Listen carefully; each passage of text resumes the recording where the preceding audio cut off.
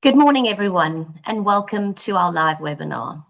Thank you so much for joining us today. We are very pleased to have you here for this very important conversation about stress, burnout, and how to recognize the early signs before they escalate. My name is Karen Mitchell-Moore, and I'm the Executive Head of Healthcare for NMG. In today's fast-paced world, many of us carry pressures that we quietly build up over time. Understanding how this affects us and learning practical tools to manage it is essential for maintaining both our well-being and our effectiveness at work at home. So with that in mind, we are delighted to introduce you to our guest speaker, Vishen Pillai, who brings extensive experience into counseling, psychology. He is an associate member of the Psychological Society of South Africa and is a registered counselor with the Council of South Africa. He will be sharing valuable insights on identifying symptoms of stress and burnout, and with practical, accessible tips to help us navigate and reduce these challenges. Ahead of the Christmas season, please take important note of what we can do to help each other. And without further ado, please join me in giving a warm welcome to Vishen Pillai. Thank you, Vishen. Over to you. Thank you, Karen, and good morning to everybody. It's really great to see so many people on the session today. When we talk about stress, especially in this fast-paced world that we're living in, it can often feel a bit overwhelming. And especially as we reach the end of another demanding year, many of us feel the weight of the stress, the exhaustion, and the pressure to keep going, even when our minds and bodies are asking us to pause. Now, in South Africa, where workplaces are fast-paced and life is layered with this financial, social, and family responsibilities, stress and burnout have quietly become some of the most common challenges that people face, often without the language or the support to name it. So today's session is designed to give you that language, along with practical tools to help you navigate this period with greater awareness and also a sense of compassion for yourself. We're going to talk very openly about stress and the difference between healthy pressure and the type of overload that leads to burnout. We'll specifically focus on festive stress because what is meant to be a joyful season can also bring a lot of financial strain, family tension, and an overall sense of emotional overwhelm. So this session is not about perfection. It's about awareness, about resilience, and learning how to support yourself with small, intentional choices every single day. So with that, let's begin this conversation with openness, kindness, both towards ourselves and one another. So today we're going to cover a range of topics. We'll firstly explore what is stress and burnout. We'll also explore how social media shapes our well-being, especially during a season of comparison and curated perfection. And we'll speak about alcohol and substance abuse, which often escalates during the holidays as a coping mechanism. More importantly, we'll unpack the importance of financial boundaries and boundaries overall, how to manage loneliness, especially over the holiday season. And will also share with you practical strategies that you can adopt to protect your mental health on a daily basis as well. Now, the festive season is stressful for many reasons because it combines financial strain with emotional expectations and family pressure as well. And it's not necessarily that the holidays are bad for us, it's just that they intensify whatever is happening in our lives. And it almost starts to become this gift that keeps on giving. Now, in most cases, stress is normal and good, but when it becomes overwhelming, heavy, and everything happening all at once, we start to lose a little bit of perspective. So when we look at the holiday season specifically, we see that there are these common stresses that many people experience. So we are conditioned to believe that it's supposed to be this time of joy and celebration, but it's actually very emotionally and mentally demanding for us as well. So from a financial strain perspective, the pressure of having to have certain gifts, go on specific holidays, eat certain foods, go out, dine out, attend family events, the expectations of what your family has of you, and then meeting all of the social obligations becomes a very big financial stressor for many South Africans. Now, December is a long month, and January brings the additional pressure of school fees and uniforms and stationery, And we also have the rising household costs. And this creates anticipatory financial stress long before the season even begins.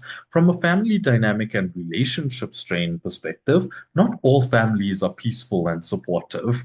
And these family reunions that take place over the holiday season can often trigger unresolved conflict. It can trigger cultural and generational pressure.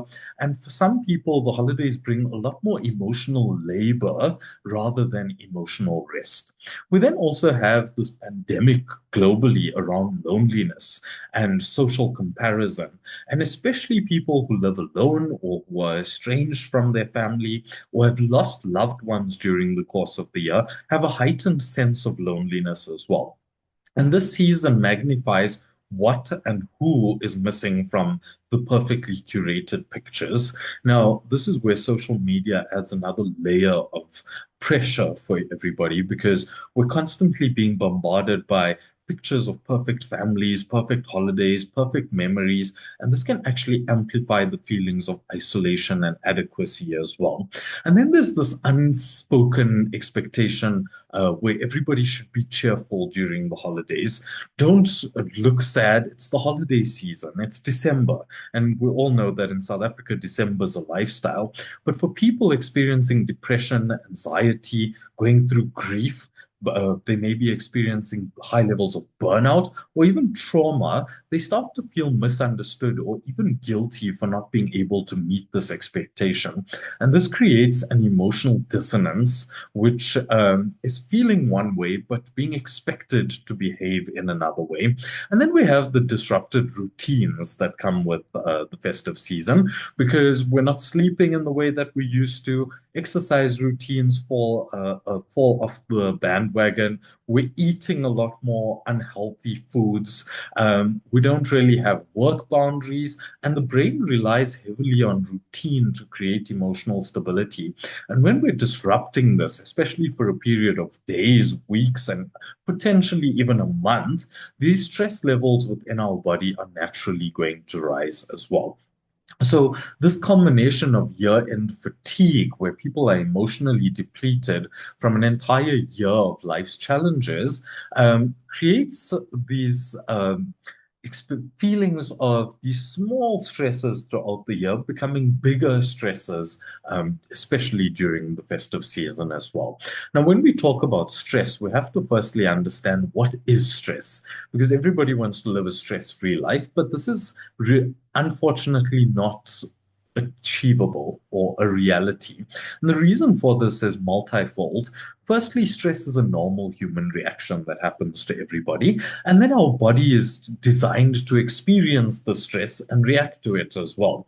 Now, our bodies are designed to adjust to new situations because of the stress that we have created for ourselves.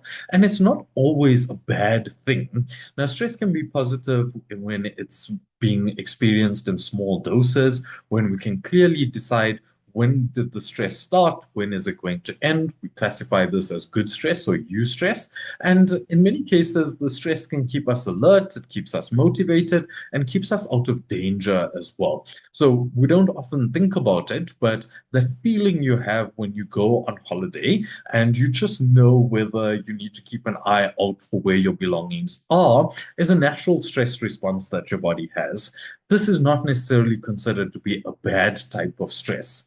When we look at bad types of stress, it's when the stress has become overwhelming, it's been going on for a prolonged period of time, you're starting to feel drained and depleted, and you haven't actually had any type of reprieve from the stress that you've been going through. And this is when we start to see that stress becomes a problem. Now, what we really need to do is start identifying the symptoms of stress because, believe it or not, the body gives us these symptoms. We often just treat the symptoms, but we don't get to the cause of the problem, which is the high levels of stress. So, when we look at stress specifically, there's a host of physical symptoms that one would experience.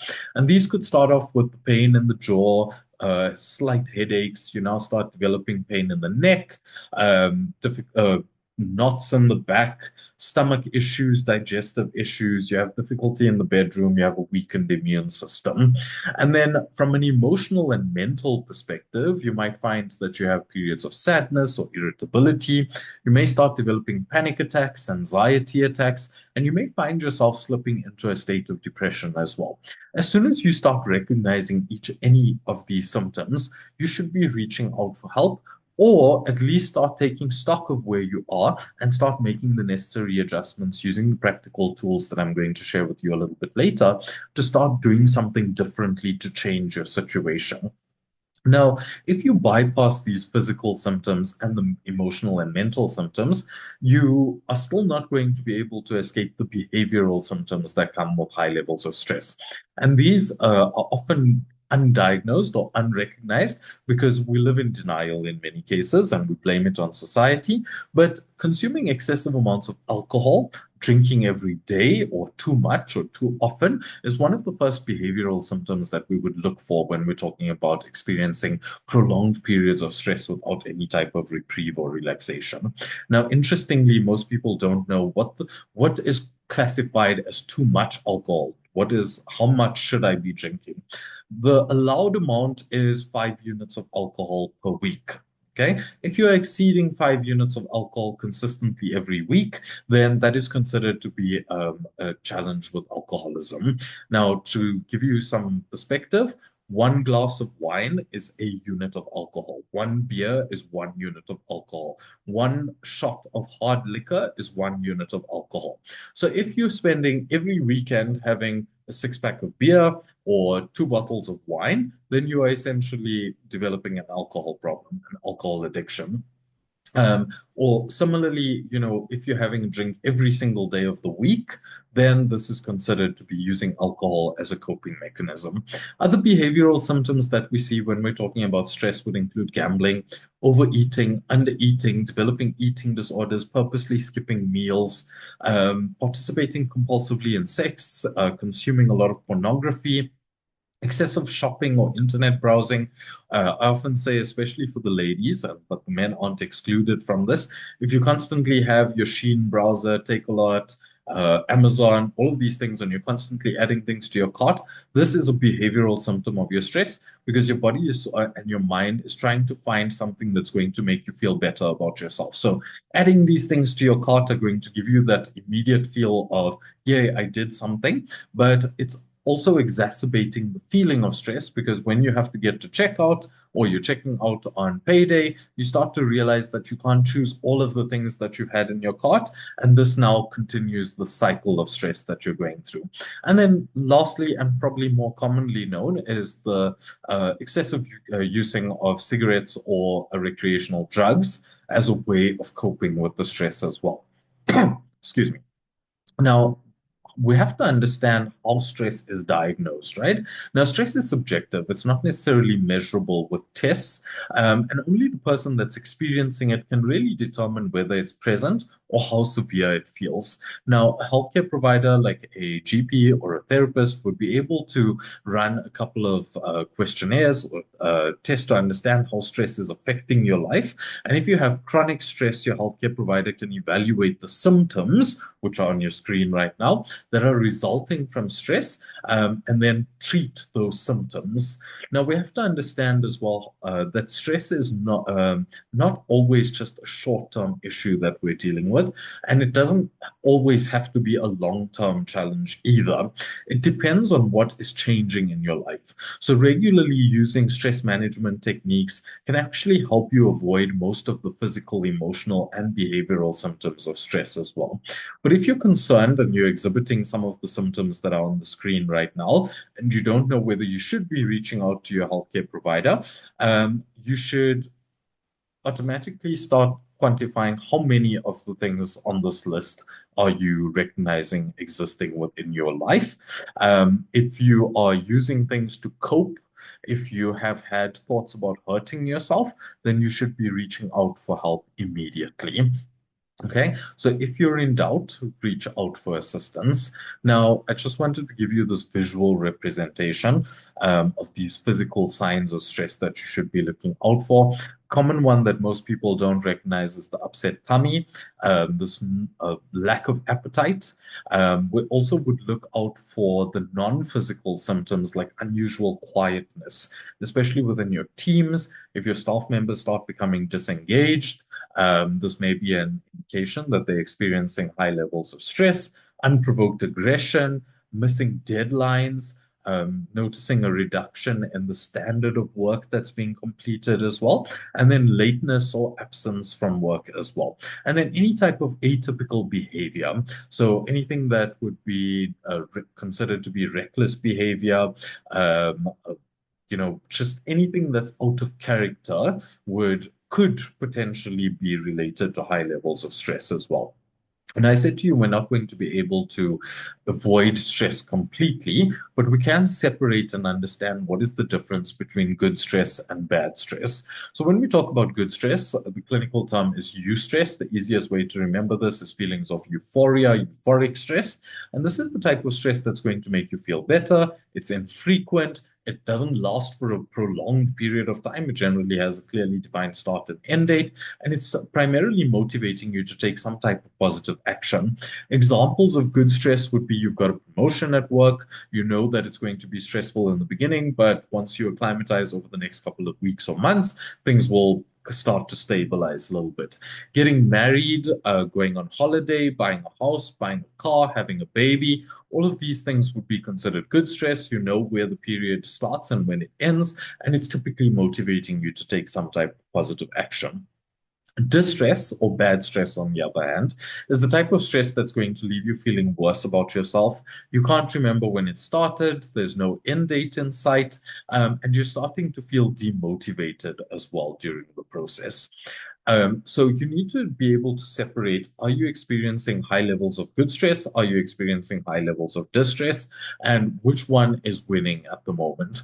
And if you find that you are experiencing a high level of distress, then chances are you're going to be exhibiting more of the symptoms that we just explored than if you were experiencing periods of eustress. Okay.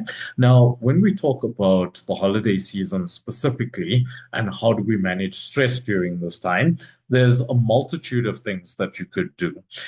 Starting to create a pattern or a routine for yourself is going to be really useful. So deciding what are the days over the holiday period that are going to be stressful for yourself?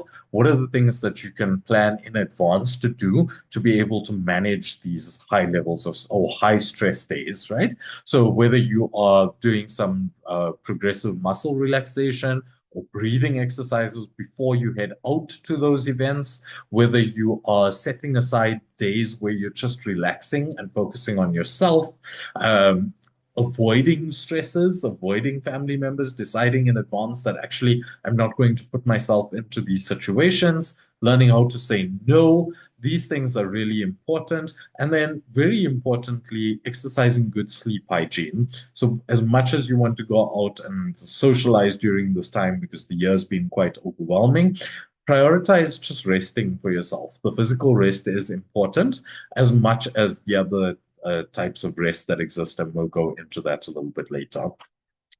Failing to do this is going to take you into a stage of burnout, not necessarily limited to not managing your stress over the holiday season, but any stress that's left unchecked over a period of time is going to take you into the stage of burnout. Now, when we talk about burnout, it's very different from just the stress. Remember, we said stress is a normal human reaction that everybody experiences, and our bodies are designed to experience stress.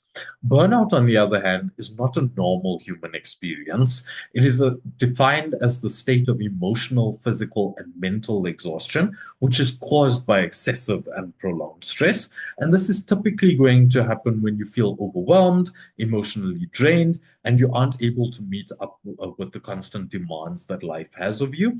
And as a result of this, you're going to find that you've got a reduction in your productivity, your energy levels have dipped, you're starting to feel a little bit helpless, you don't have any control over your life, you're starting to feel hopeless, you become the cynical member of your team or your family.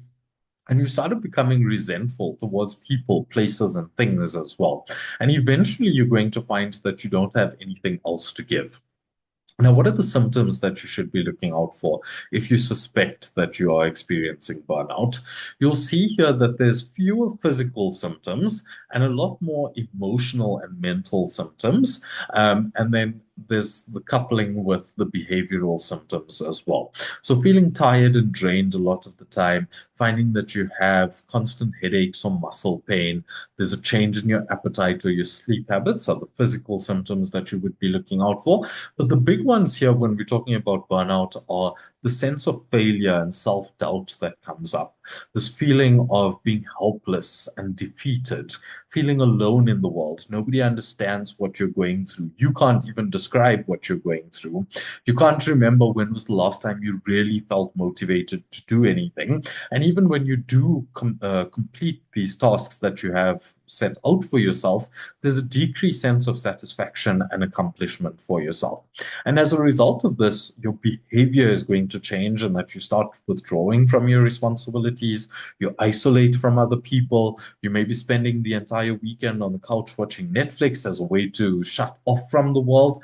You may be procrastinating, you're taking your frustration out on other people, and you just become this frazzled person.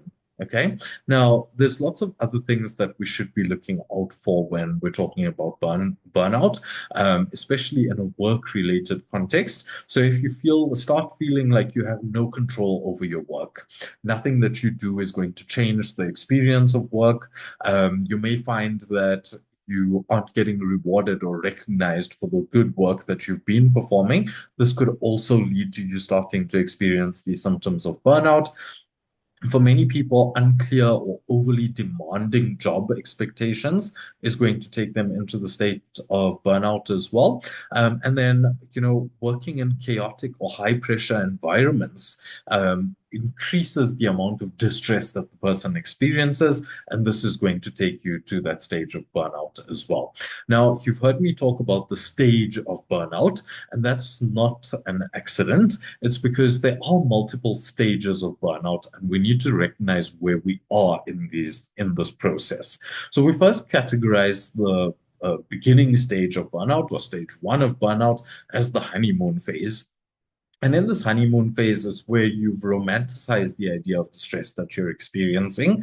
You know that I'm stressed out, but I get to tell people that I'm stressed because as a functioning adult in society, I have to tell people that I'm stressed out because that makes me feel included. So I like the stress. It keeps me motivated. I'm not feeling depleted at all, but I recognize the signs are there that I'm experiencing stress. Stage two of burnout would be the onset of stress phase. And this is essentially where you're starting to use medication to cope with all of these physical symptoms that have been caused by the high levels of stress that you've been under.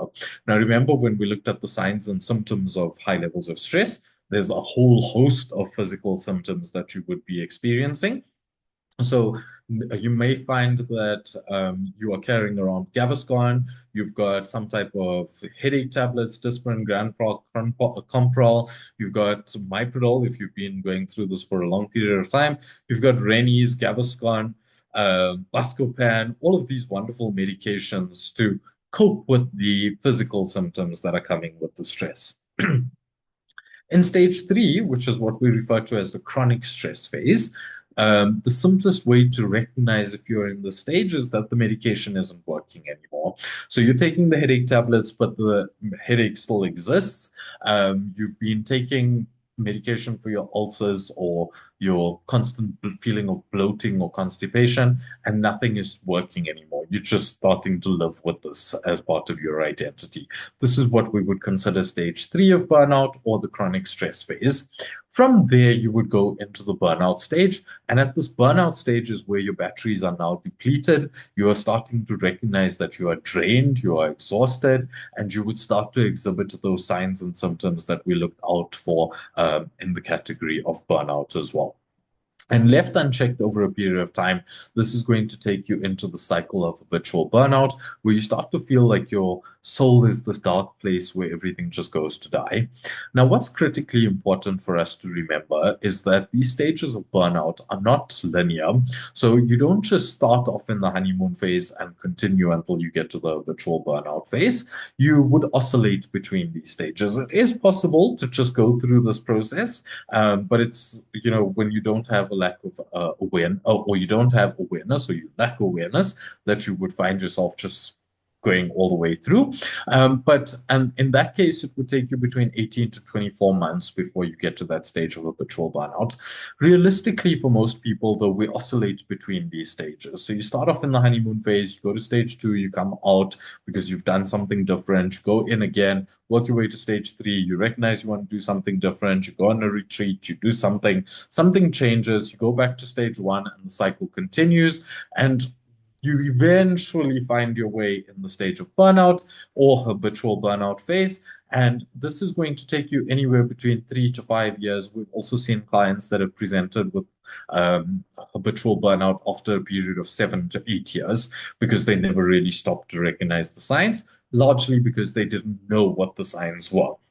So it's important to recognize where you are, take stock, couple it with the symptoms, and then reach out for the assistance that's available to you. Now, what's really scary is that if you do go to a healthcare professional and get booked off for burnout, for example, the healthcare professional is able to book you off for anywhere between 3 days and 2 weeks. Now, if you've been chronically stressed or burnt out for a period of 18 months or 24 months, realistically, there's very little that you can do in a period of 3 days or 2 weeks that's going to change the experience that you're going through. We also have to be realistic in terms of what the pressures of life include. And this means that, as a person in the working environment, you may be afraid to disclose that you're experiencing burnout because of the demands of your job. And so you're worried about what career prospects would now be limited because I'm not able to manage my stress. How are other people going to see me? Are other people going to think of me differently? And because of this, we find that many people who do actually get booked off for burnout will say to their colleagues or their managers that, you know what, I'm not feeling well, but I'm going to work from home for the next couple of days or for the next 2 weeks. And this doesn't help the situation at all because all you're doing is just avoiding the reality of what needs to be done.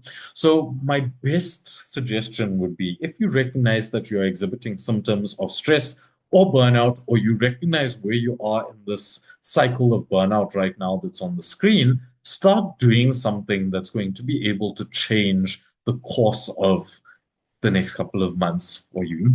Okay. Do something that's different. And I'm going to share with you these techniques shortly. Okay. So the first thing that we can do is start to consider this concept of the 4 A's.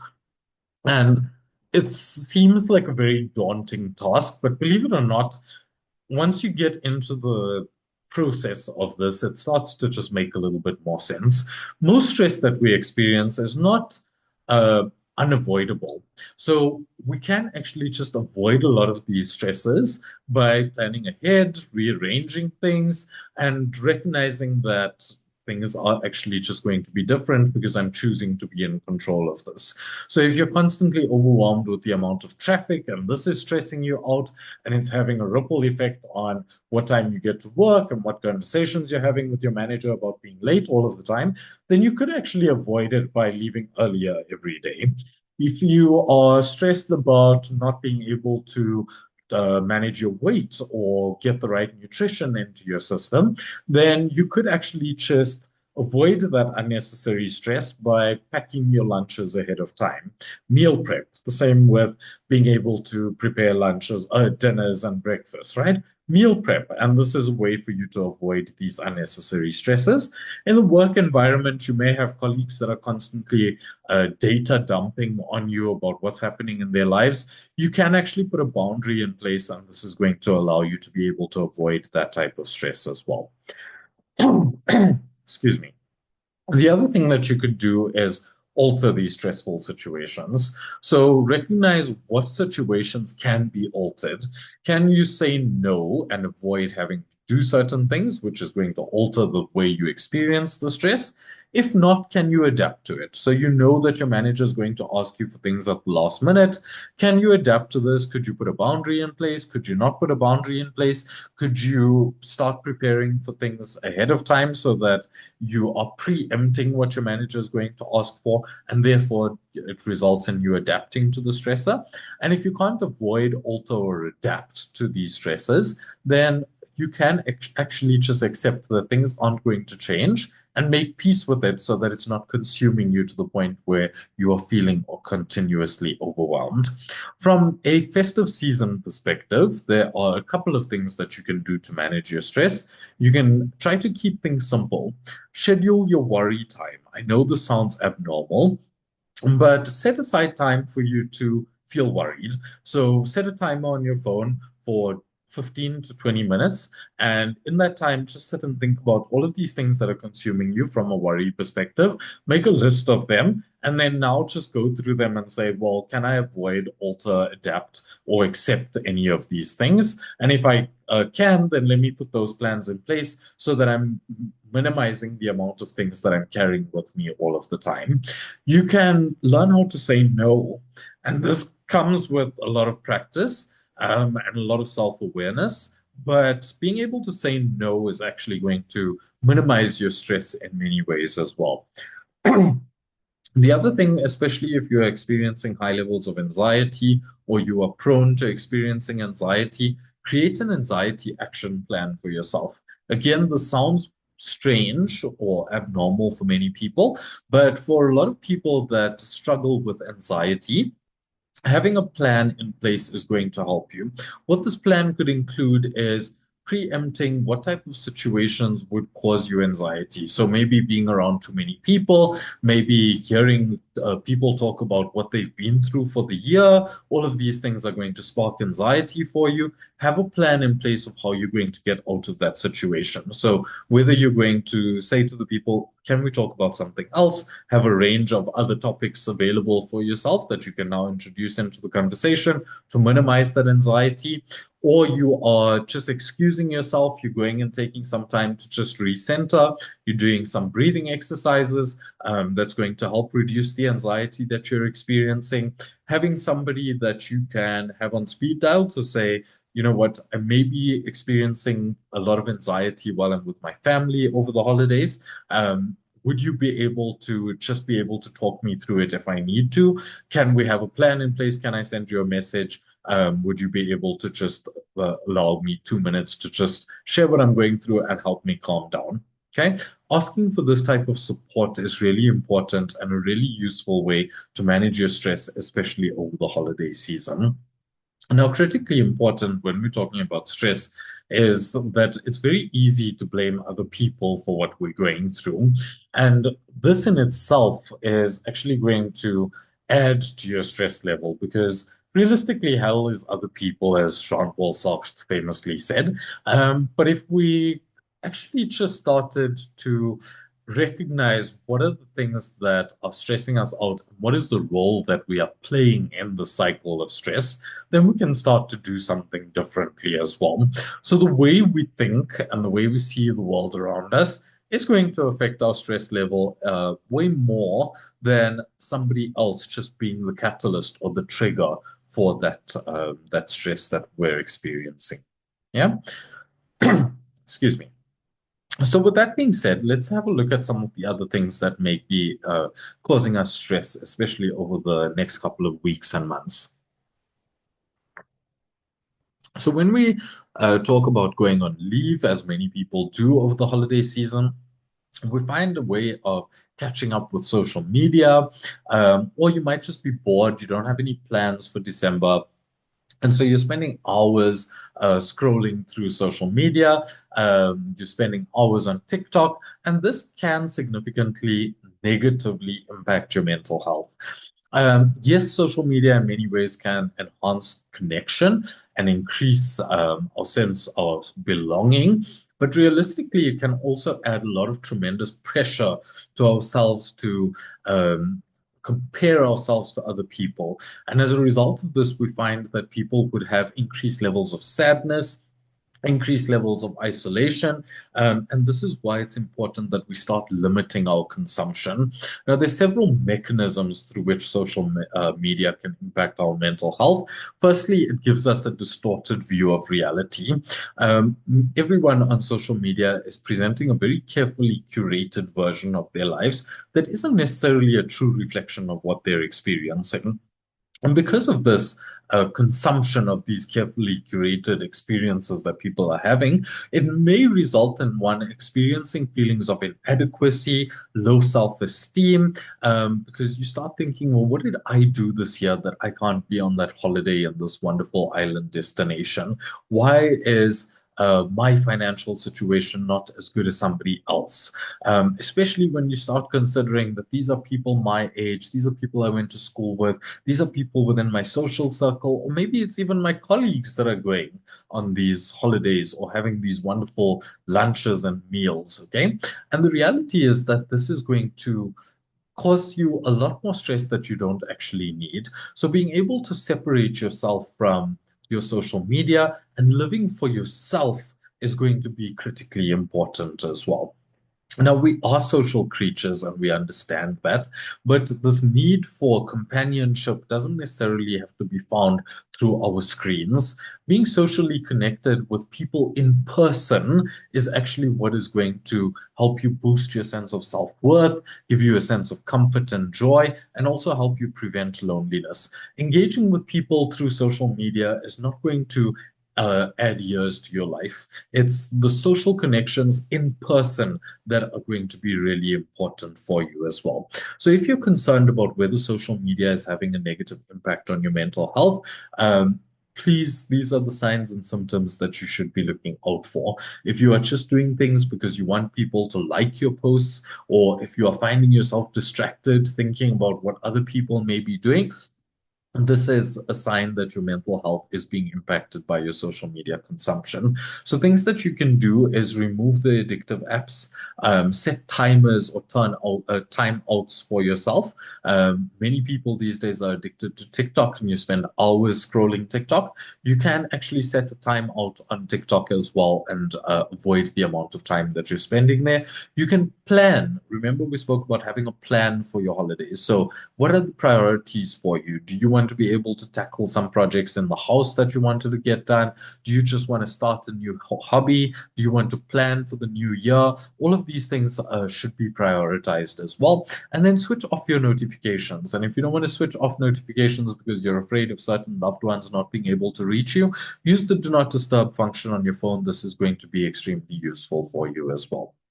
So when we then look at the risk and reward of social media, we understand that social media is going to help you feed your brain's pleasure center, but it's also going to become addictive and add additional anxiety, and possibly even physical ailments because it's stressing you out. And we know that with high levels of stress come the physical symptoms with that as well. Now, we know and we've spoken about the reality that social media is all about perception, but just understanding this for yourself and contextualizing it is really important for you to be able to minimize the amount of stress that you're experiencing. Now, we can actually heal our relationship with social media and turn it into a positive experience because it's not all doom and gloom. So you can choose what type of images and content you're experiencing, unfollow the accounts of people or companies that are going to make you view yourself in a negative or harsh way, and just think of screen time as a reward rather than the main event of your holiday season as well. So just allow yourself 20 minutes after you've done all of the things that you needed to do, and this is going to start to help you experience a better life or quality of life as well. Yeah. So let's talk about this wonderful thing called alcohol, especially over the holiday season as well. And we're using the term substances because it's not always just limited to alcohol. You may be exploring other substances as well. But how can you start to get a grip of it over the holiday season? So, firstly, we have to understand that over the holiday season, we're constantly faced with these substances. Every celebration needs to have a glass of champagne or a cocktail or some type of alcoholic beverage because it's hot, it's summer, and we just want to cool down. But we have a choice that we make in each of these situations. So decide for yourself, what are the triggers for me? Is going out for lunches or dinners going to trigger my consumption of alcohol? Can I limit these? Can I set boundaries? Can I decide for myself that these are the amount of drinks that I'm going to have for the next month? And I'm being intentional about where I'm going to, and how many drinks I'm having. Have a buddy that's going to be able to hold you accountable. Connect with sober people. Go out with friends who don't drink if you are worried that you're going to consume excessive amounts of alcohol or substances, and then find other ways that you can have fun without the use of substances as well.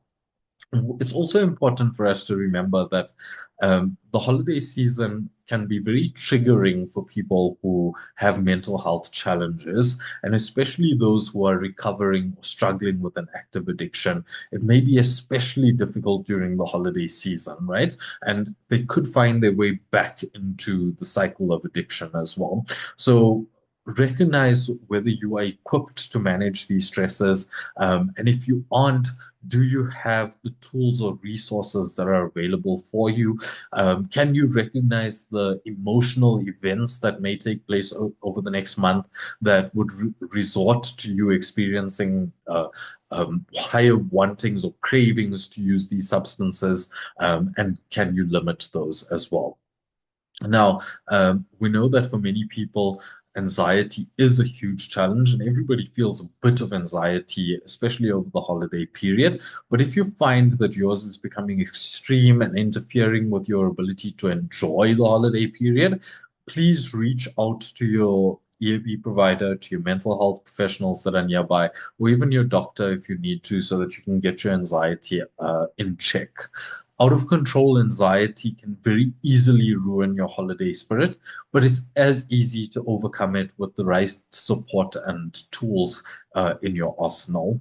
Now, we spoke quite a bit about how do we put boundaries in place. And for many people, we think that we're putting boundaries in place, but we don't actually do it effectively. So let's explore the different types of boundaries that exist. And I'm going to share with you as well a very simple four-step approach to setting these boundaries for yourself, to give yourself some type of reprieve from the stress that you may have been experiencing over the course of the last year. These boundaries are not limited to the festive season as well. You can use it to minimize any type of stress that you're experiencing. You can use it at any type of the year as well. Time of the year. Now, there's 8 categories of boundaries that we look at. These are the ones that are on your screen right now. Some of these boundaries you've been taught from a young age. Others you've developed over a period of time. Some of you may still be exploring what are these types of boundaries. What are my values? What do I believe in? I don't yet know how to express those, and that's perfectly okay as well. What I specifically want to focus on as an example here today is financial boundaries, especially over the December season, right? But we can do this with anything. So firstly, you need to recognize what is the type of boundary that I need. Now, for many people, December is a lifestyle in South Africa. And with that lifestyle comes an excessive amount of spending. So, one of the typical challenges that people have over this period is, my family is expecting me to get them gifts, or my children are expecting certain types of gifts. Sitting back and deciding what are my financial boundaries, how am I protecting my peace in terms of my financial standing is going to be really important for you.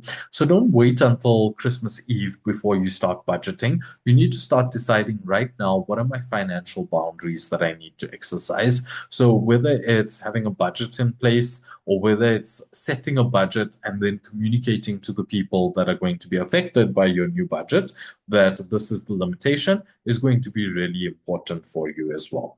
So how do you go about putting this boundary in place? So first and foremost, you would need to identify where you need boundary. So this could be any one of the 8 categories of boundaries that we explored previously, but we're going to focus specifically for the context of the example that I'm going to give you on financial boundaries.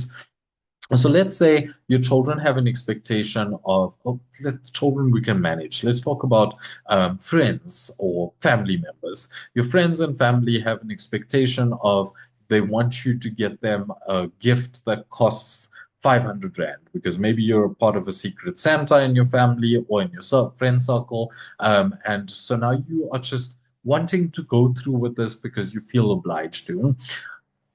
You've now decided that it's not within your budget, or you are not going to be able to manage your January finances if you spend this 500 Rand now, or whether it's 1,000 Rand, we're just using a small amount as an example. So now you have to decide what is going to be clear and enforceable for me to do. So I need to firstly decide what is realistic, what is in my budget. So maybe I can afford 250 Rand, and that's the max that I can go to. It's clear, it's enforceable. I understand this. I can hold myself accountable to it as well. Most people do step one and two correctly. They identify it and they know what they're going to do, but it's step three and four where it falls flat. And this is because we actually need to communicate this boundary to the people that are going to be affected by it. Because if we don't communicate this boundary, we're never going to be able to enforce the boundary. So, what you would need to do is sit down with your colleagues or your friends and say to them, I've had a look at my finances. I recognize that 500 Rand is going to be too much for me. Can we compromise on this? Or I'm only able to go to this much, and that's the limit that I have. If these people can't understand that, then these, firstly, are not the type of social circles that you should be in. And then you'll be able to enforce your boundary because you've clearly communicated exactly what it is that you're able to do. If we use the example of a different context, so say, for example, your family members of the holiday period are expecting you to be available on a day that you have to be in the office because realistically, not everybody is taking leave over the holiday period. And so you're working and you only have the public holidays off, right? So, from a time boundary perspective, your family is expecting you to do all of these wonderful things, and you know that you can't do this. So, you establish a boundary that's clear and enforceable in that you say, you know what? I'm actually working on the 24th of December, and I know you want to start lunch at 2 o'clock, but I'm only going to be able to be there by 4 because after work I need to go home, I need to get ready, I maybe need to prepare the side dishes that you have to take along with you to this lunch, and so I'm not going to be able to meet that expectation. So you now phone your family members or you send a message in the WhatsApp group and you say to them, this is what I'm dealing with, this is the limit, and because of that, now there's no expectation of you being there at a specific time, and you can then enforce your boundaries. So if at 2 o'clock they're like, hey, what time are you arriving? You say, we've had this conversation previously. I'm not able to be there at that time. And it ends there. You don't have to give excuses. You don't have to explain yourself. And in doing this proactively, you minimize the amount of stress that you're experiencing. You minimize the amount of anxiety that you may experience as well. So let's have a quick guide to surviving the holidays. Firstly, be kind to yourself this Christmas. You are enough. Don't feel obligated to do certain things, especially if you don't want to. Ditch this idea of perfection. Yes, we like the Christmas photos and the wonderful table settings, but if it's not within your budget, work within what you have. There's no such thing as wanting to be like everybody else in order for it to be considered perfect. It can be perfectly imperfect within your budget, within your means. Plan ahead. Avoid quick fixes. Avoid wanting to put plasters over problems that you could have avoided, that you could have planned for in advance by putting a boundary in place, and schedule yourself and know exactly what it is that you are wanting to do for yourself as well, right? What's your priority over the next couple of weeks? It's supposed to be this magical time of the year, but for some of us, we may just not feel it. Maybe because you haven't been around your loved ones, you're not able to get away and visit your families if they're far away. And this can be very traumatic for a lot of people as well. And this is where we start to experience this feeling of loneliness. Now, how can you start to overcome this feeling of loneliness when it's supposed to be the most wonderful time of the year for you? Firstly, be good to yourself. recognize what you need, and recognize that you are not necessarily alone. You may not be around all of these people that you love and want to be around, but there are other ways in which you can engage with the world around you.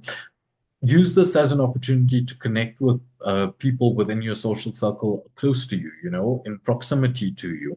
Decide what your expectations are. Do you want to be alone for the holidays and not have to explain this to everybody? Can you tell people in advance that you don't want to do this? Or can you reach out to people because you're afraid of being alone and say to them, I'm going to be alone over the holiday period. Can I connect with you? Can we do something together?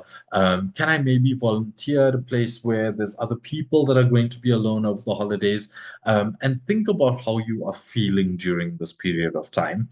There are multiple ways that you can overcome loneliness. Reaching out to other people is the very foundation of overcoming loneliness as well. And ultimately, this starts with you. You get to decide what is happening around me. Am I the victim of everything that's happening around me, of my circumstances, of having to work through the holiday period, or am I going to choose to go out and do something differently? Now, we've spoken about types of rest. We've spoken about getting good quality physical rest, good sleep, but not all rest requires sleep. And December is a great time, especially if you're taking time off from work, to be able to start to explore these other six types of rest that your body needs so that you can create a habit for the new year as well. So, firstly, you need to have creative rest. And creative rest is where you're doing something different to what you would ordinarily do. So, whether you're baking, cooking, starting to garden, you're starting a DIY project, you're just doing something that's different. Maybe you're building Lego for the holidays, right? Just something that's going to allow you to explore this creative side of yourself is really important. And this in itself is a type of rest that you need. Perhaps you need to incorporate more mental rest into your daily routine and start creating this pattern over the next couple of weeks. And during this mental rest, you're sitting down with yourself and writing down what are the things that are clouding my judgment or occupying so much space in my mind? What can I do differently about this? And this would tie into your emotional rest as well, where you're now making decisions about what are these emotions that I'm experiencing? How are these linked to the mental thoughts that I'm having? And what am I going to do differently? Can I put a plan in place? Can I reach out to a counselor or a therapist who's going to be able to help me navigate this? Because this in itself is going to give you more rest than physical rest alone. We then spoke about sensory rest, switching off from your devices, switching off from social media. Your body and your mind is not designed to be experiencing so many stimuli all of the time. Switching off from this, connecting with your surroundings, connecting with your peace, prioritizing these creative rest, mental rest, emotional rest is going to be a lot easier if you aren't distracted by your phone and your TV all of the time. And then we need to have social rest. There's two components to social rest. If you're the type of person who typically spends your holidays or every day going out and socializing as a way to avoid the reality of your life, you need to pull back a little bit and focus on these other six types of rest for yourself. On the flip side of that, if you're the type of person who is hermiting, cutting off from the world because that makes you feel comfortable, you actually need to go out and socialize. As difficult as it may be, you need to start building connection with people around you, create perspective about, you may not be alone in dealing with what you are going through. And speaking to other people, connecting and socializing is going to help you create support structures, create people that you can lean on. And this is going to in itself be a type of rest for you. And then finally, you need to have the spiritual rest. When we're talking about spiritual rest, yes, you can go to a place of worship, you can do your meditation, you can do your yoga, any type of mind body exercises. This is going to give you a sense of spiritual peace. If you're not involved or in tune or interested in any of these type of things, or you're not religious, that's fine. Just go out and be in nature.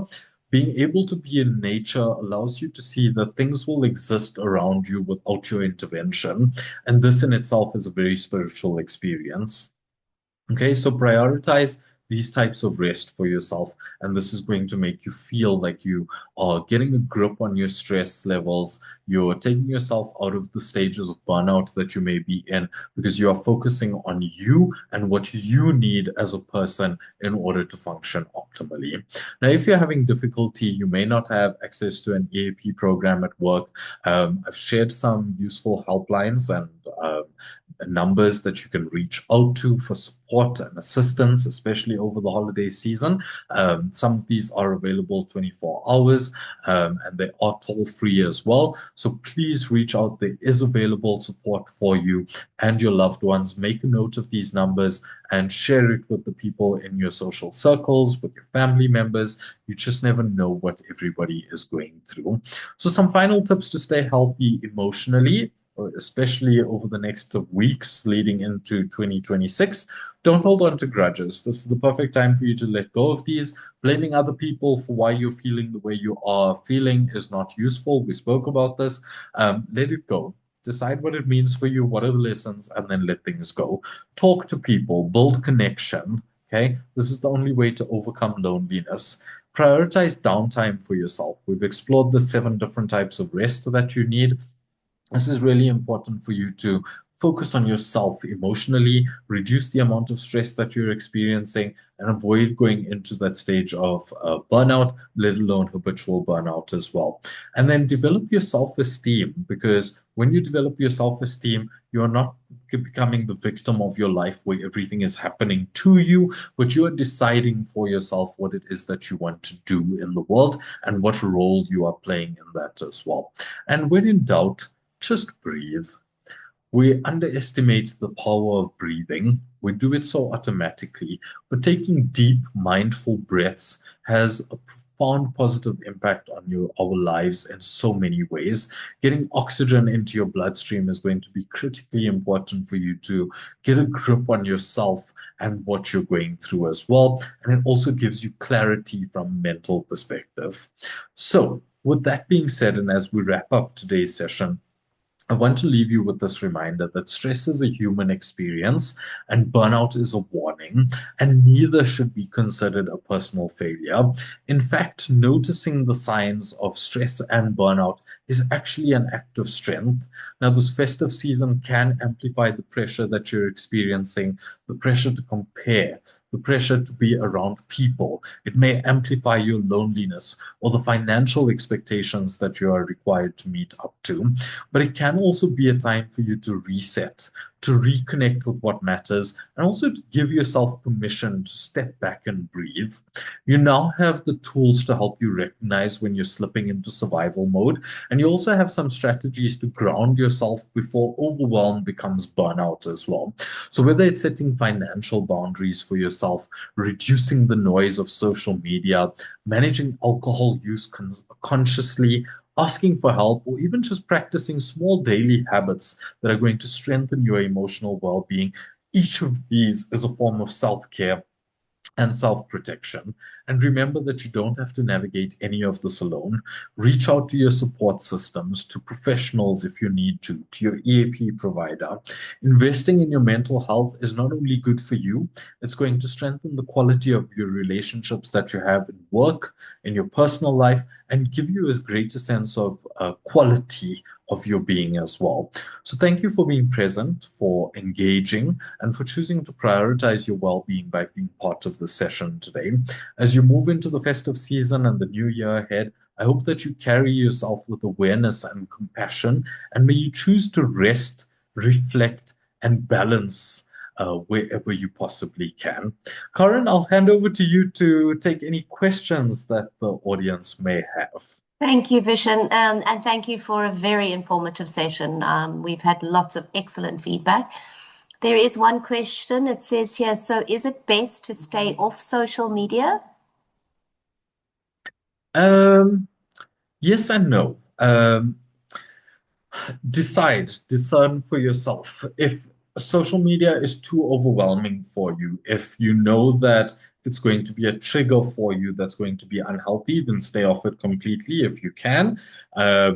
If you know that you can manage it in small doses, then set those timeouts for yourself. Set that boundary for yourself as well to decide, actually, I'm only going to spend 5 or 10 minutes, and that's the limit. And then all my social media time is out. Most people don't realize this, but every single social media app has a timeout for functionality. Set it early, take control of the situation, and limit your exposure, and this is going to be useful for you. So yes, decide for yourself whether you need to avoid it completely or whether you want to do it in small doses. Either way, the tools are there for you to be able to do it. Thank you, Vishen. Let me have a look here. There's an awesome presentation. This should be compulsory. That's just some of the good comments we've had. I'd like to thank you for this initiative. Here's a question. Is sleeping with your phone closer to you a trigger that adds to stress? Yes and no. Depending on how you're utilizing your phone, right? These devices and stuff are wonderful because it connects us to the world, but we can also decide for ourselves how much we want to have access to it. So if you're keeping your phone close by to you when you're sleeping, but you are putting it into do not disturb mode and you're not getting notifications for every single email because somebody's working late at night, and you're only receiving notifications from your emergency contacts, then it's okay. You can manage and work with that. But if you are allowing it to have a grip over you and your entire life revolves around your phone, then keeping it close to you is probably not the best option. Yes, from a health perspective, physical health, the radiation that emits from your device, all of those things, those are considerations to have. But from the context of, is the notifications and stuff bad for me? Yes, it's bad for you. You want to prioritize having good quality sleep, and maybe having your phone close to you is not going to be the way to do that. We have another question here. It says, how to deal with festivity after the loss of a loved one? Really good question. So, for many people, experiencing grief over the festive season is a big challenge. Decide for yourself in advance what do you have capacity for. So, if you know that it's going to be particularly triggering for you to be around people who are living life and enjoying the festivities, then say to yourself in advance, so set these boundaries with your social circles to say, I'm not really feeling up for that. Or maybe I'll do a lunch with some dude, but I'm not really in the mood to go out and celebrate and have drinks and all of these things. Discerning for yourself and setting those boundaries in advance is really important.